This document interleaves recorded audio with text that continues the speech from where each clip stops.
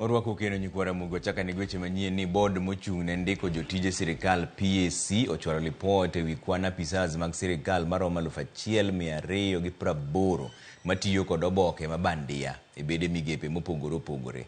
Maendi nonro moyangi kinde chiwo report ne okwach kich kod EACC ewi medruok mar oboke ma bandia ma ji donjo godo e apise sirikal. Kwan certificate 53,599 ne ochwal gi duol mar NEC kowuok e bede migepe 91 mag sirikal mondo mi non gi anin to begin kare kosoyo. Walter Nyambaga miwa ler mar wachni.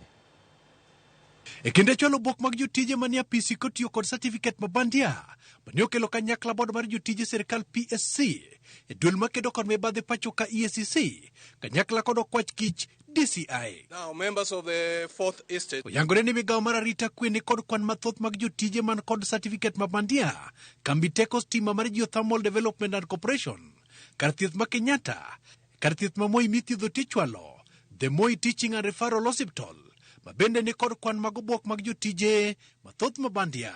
The highest institution with forged certificate is the Ministry of Interior. The other institution is the Geothermal and Development Corporation. That's at Aparastato under the Ministry of Energy. And the third one, which should put a worry in all your faces, is Kenyatta National Hospital. This is a health institution.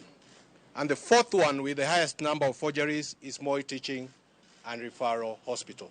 This is another health institution. Apisas mag sirikal moinge 1,280 nyalo biro chamo ganda kendo duoko omenda mag osachgi magisebedo ka gichamo bang' fwenyore ne giyudo tijego kod certificate mabandia. Anybody that is found culpable will have to bear the consequences of their evil, including forfeiting anything that they gain that they may have accrued over the period of time that they have served under that fake certificate. We are also seeking the cooperation of the ministries, departments and government agencies involved to cooperate with the DCI in terms of the expediting of our investigations. Governor kod josiasa mamoko kuomgi nyalo biro mokenot e wi obok mabandia e kinde ma nonro med kase kod duol mar EACC, DCI, kanyakla kod PSC. The governor is the culprit.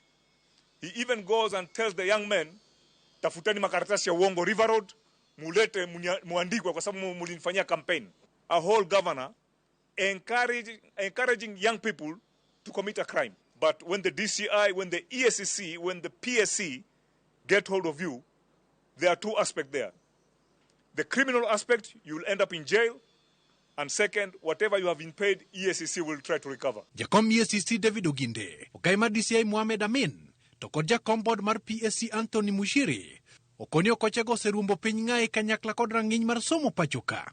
When we start using fake certificates, the message outside there is that don't rely on the Kenyan certification system. People use a lot of bogus certificate.